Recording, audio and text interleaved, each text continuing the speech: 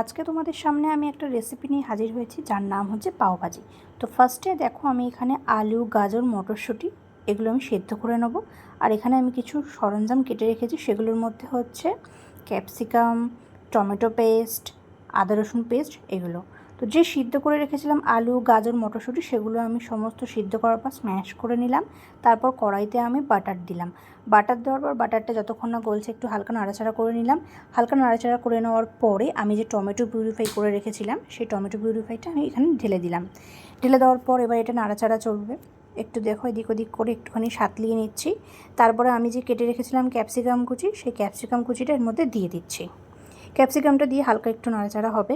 দেন তারপরে আমি কি করব, যে আলুর পুরটা যে বানিয়েছি, সেই দেখো আলুটা দেখিয়ে দিলাম তোমাদেরকে। এরপরে এই আলুটা আমি এর মধ্যে মিশ্রণটা দিয়ে দেবো। এই মিশ্রণটা এর মধ্যে দিলাম। দেওয়ার পর এবার এটাকেও সুন্দর করে এখানে মিশিয়ে নাড়াচাড়া করতে হবে, একটু সুন্দরভাবে করতে হবে, কারণ ক্যাপসিকামগুলো যাতে ভালোভাবে একটুখানি সিদ্ধ মতন হয়ে যায়, ঠিক আছে? তো এবার এটা করতে করতে না অনেক সময় হয়তো একটু তোমার ড্রাই লাগতে পারে, তখন তোমরা একটু হালকা অল্প একটু জল দিতে পারো, ঠিক আছে? এটা অপশনাল, তেও চাইলে দিতেও পারো, নাও দিতে পারো। তবে আমি এক্ষেত্রে একটু জল দিয়েছিলাম, কারণ আমার একটু লেগে লেগে যাচ্ছিলো। তো সেই কারণে জলটা দেওয়াতে বেশ ভালো হয়েছিল জিনিসটা, মানে অতটা বেশি গায়ে আটকাচ্ছিল না। তো এটা আমি কমপ্লিট করে নেব। এটা হয়ে দেখছো সুন্দর মতন করে, যতক্ষণ না এটা সুন্দরভাবে পুরো মিশে যাচ্ছে ততক্ষণ অবধি এরকমভাবে নাড়াচাড়া করতেই হবে কিন্তু, ঠিক আছে? তো নাড়াচাড়া করার পর এবার আমি এখানে মশলা দিচ্ছি। পাওভাজির মশলা পাওয়া যায়, সেই মশলার প্যাকেট থেকে এই মশলার প্যাকেটটা আমি দিয়ে দিলাম, পুরো 1 প্যাকেট মশলা দিয়ে দিয়েছি। এবারে আমি একটু লঙ্কার গুঁড়ো দিচ্ছি, এটা রেড চিলি পাউডার দিচ্ছি। এটা কোনো ঝাল হবে না, শুধু কালারের ক্ষেত্রে দেওয়ার জন্য। এটা অপশনাল, তোমরা চাইলে দিতেও পারো, নাও দিতে পারো। আর এবার আমি একটু কসুরি মেথি নিয়েছি, ওটা একটু না আমি ফার্স্টে কড়াইতে একটু টেলে নিয়েছি। এবার ওই কসুরি মেথিটা একটু ওর মধ্যে দিয়ে দিলাম। এবার দিয়ে এগুলো সমস্ত একসাথে একটু নাড়াচাড়া হবে। নাড়াচাড়ার পর একটু সামান্য নুন পরিমাণ মতন তুমি স্বাদ মতন দেবেন।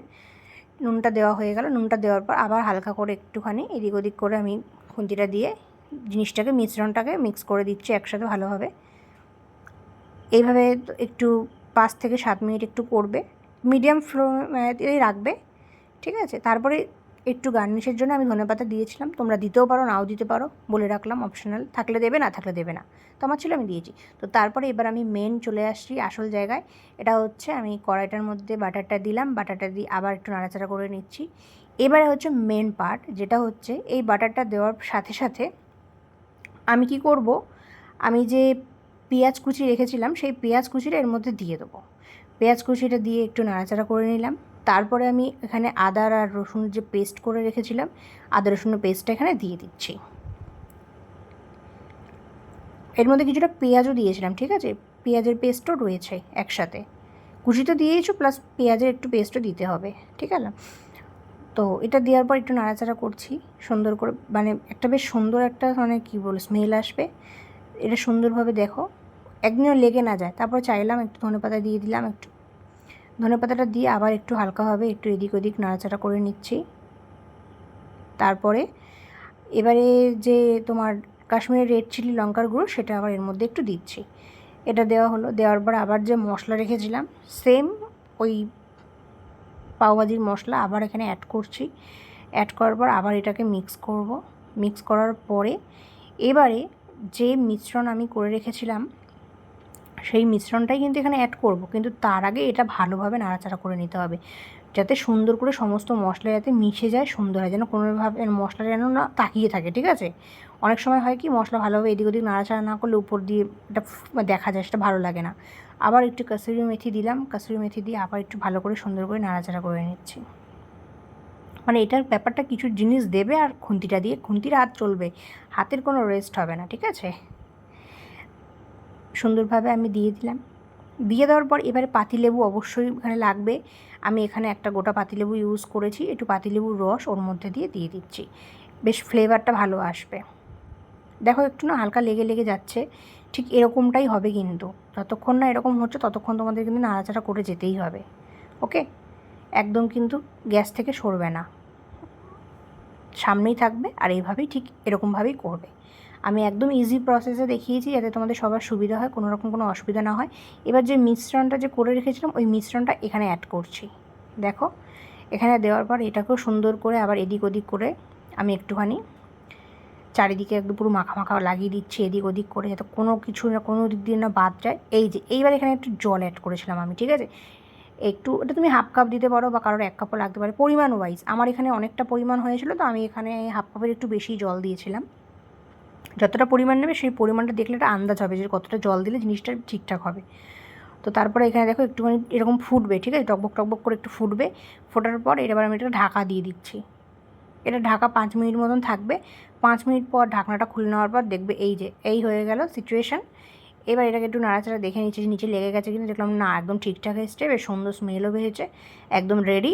এটা আমার ভাজিটা একদম রেডি হয়ে গেছে, ভাজিটাকে এবার সাইড করে দিলাম।